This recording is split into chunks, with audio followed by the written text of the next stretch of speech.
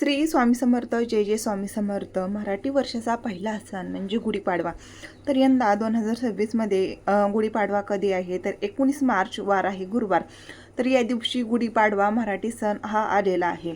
हिंदू पंचांगानुसार गुढीपाडवा हा चैत्र शुद्ध प्रतिपदेला साजरा केला जातो. या दिवशी ज्योतिषशास्त्रीय खूप महत्त्व असतं. या दिवशी जप तप उपाय त्याचबरोबर 3.5 मुहूर्तांपैकी हा जो गुढीपाडवा सण जो आहे तर हा धार्मिक आध्यात्मिक खूप महत्त्वाचा आहे. या दिवशी काही खरेदी केली जाते. नवीन पाडवा जो असतो तर नवीन वधूसाठी सुद्धा खूप महत्त्वाचा ठरला जातो. तर हा गुढीपाडवा 3.5 मुहूर्तांपैकी एक असल्यामुळे या दिवशी काही महत्त्वाची कामे ती हातामध्ये घेतली जातात.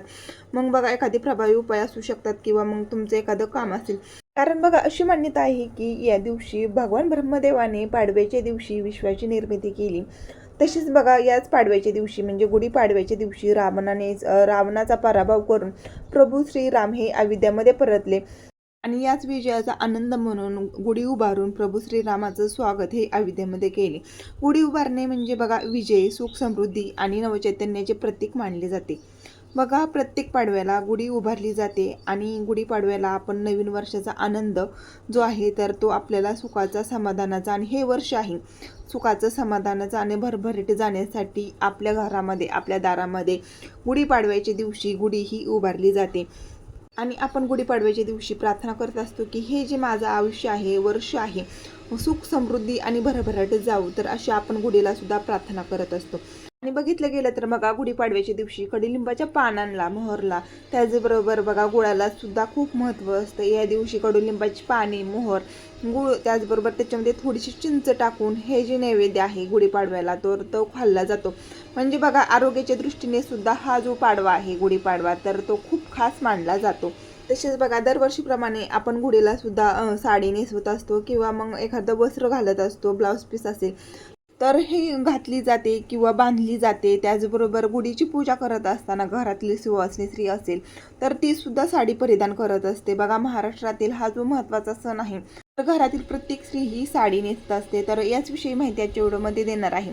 बघा, यंदा गुढीपाडव्याला हे 5 शुभ रंग मी सांगणार आहे तर हे कोणते आहेत. तसेच बघा, गुढीची पूजा करत असताना स्वतः त्या सुवासिनी स्त्रीने सुद्धा ही जी रंगाची साडी आहे तर चुकूनही घालायची नाही किंवा मग ह्या ज्या 5 रंगाच्या शुभ साड्या आहेत तर ह्या आपल्याला परिधान करायचे आहे.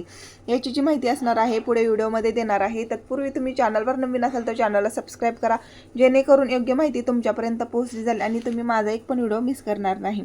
तर बघा, ज्योतिषशास्त्रामध्ये प्रत्येक रंगाला वेगवेगळं महत्त्व असतं. ज्योतिषशास्त्रानुसार हे बघा, जे रंग आपल्याला एक सकारात्मक ऊर्जा, मानसिक त्याचबरोबर वेगवेगळ्या रंगातून आपल्याला शांतता, दैवी शक्ती प्राप्त होत असते.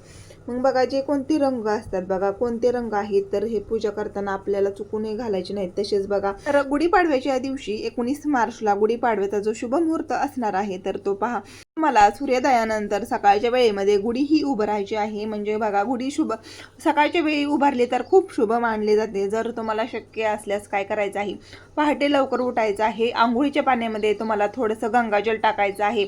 बघा, आपलं मन तन शांत असेल तर सर्व काही शांतता असते आणि त्याचं फळ जे असतं तर ते आपल्याला वर्षभर मिळत असतं.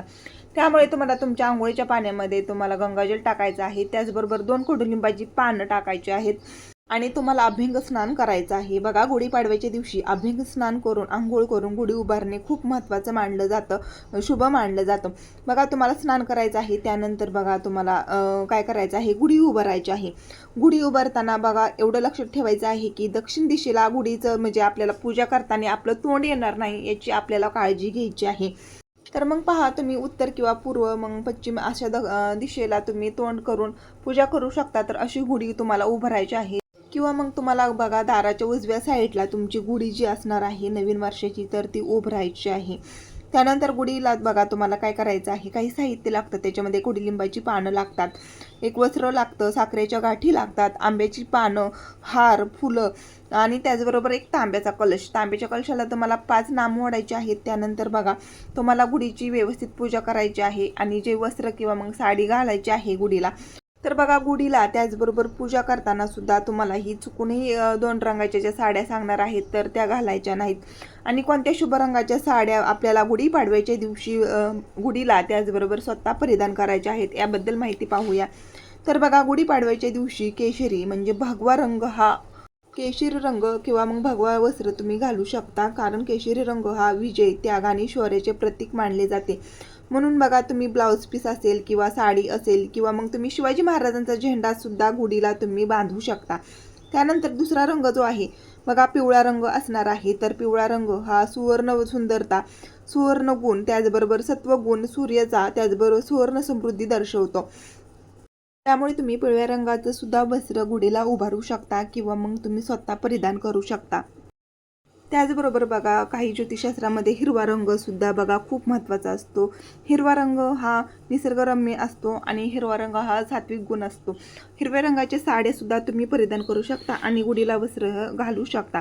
तर पुढचा रंग जो असणार आहे तर तो म्हणजे लाल.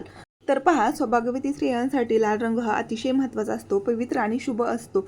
लाल रंग हा पवित्र, त्याचबरोबर उत्सव, मंगलमय लाल रंग हा ओळखला जातो. म्हणून सौभाग्यवती स्त्रियांनी लाल रंग हा अतिशय पवित्र असल्यामुळे स्वतः साडी घालू शकता किंवा मग गुढीला हे वस्त्र परिधान करू शकता. त्याचबरोबर गुलाबी रंग सुद्धा तुम्ही गुढीला किंवा मग तुम्ही स्वतः परिधान करू शकता. गुलाबी रंग हा प्रेमाचं प्रतीक आहे. त्याचबरोबर सोनेरी रंग बघा, इतर रंगापेक्षा सोनेरी रंग हा सुवर्ण, त्याचबरोबर ऐश्वर्याचं प्रतीक आहे. त्यामुळे तुम्ही स्वतः सोनेरी कलरची साडी असेल किंवा मग गुढीला वस्त्र असेल तर ते बांधू शकता. तर हे आहेत बघा 5 शुभ रंग. तसेच बघा, कोणते 2 अशुभ रंग आहेत त्याबद्दल सुद्धा माहिती घ्यायची आहे. तर बघा, त्याच्यामध्ये सर्वात पहिल्यांदा बघा काळा रंग आहे. गुढीपाडव्याला पूर्णपणे तुम्हाला काळा रंग हा वर्ज्य करायचा आहे. काळा रंग हा अशुभतेचे प्रतीक आहे. त्यामुळे गुढीला वस्त्र, त्याचबरोबर स्वतःसुद्धा काळ्या रंगाची साडी अजिबात नेसायची नाही. ज्योतिषशास्त्रामध्ये काळा रंग, त्याचबरोबर निळा रंग, जांभळा रंग, डार्क निळा, तर हे आवर्जून टाळायचे आहेत. काळा रंग हा अशुभतेचे प्रतीक आहे, त्याचबरोबर आयुष्यामध्ये नकारात्मकता आणतात. त्याच्यामुळे हे जे रंग असतात तर ते तुम्हाला चुकूनही घालायचे नाहीत किंवा गुढीला उभारायचे नाहीत. त्याचबरोबर बघा पांढरा रंग, तर पांढरा रंग हा शांततेचे प्रतीक मानला जातो. परंतु गुढीपाडवा हा सण जो आहे तर हा 3.5 मुहूर्तांपैकी एक मानला जातो आणि गुढीपाडव्याच्या दिवशी काळे पांढऱ्या रंगाचे वस्त्र परिधान करणे हे अशुभ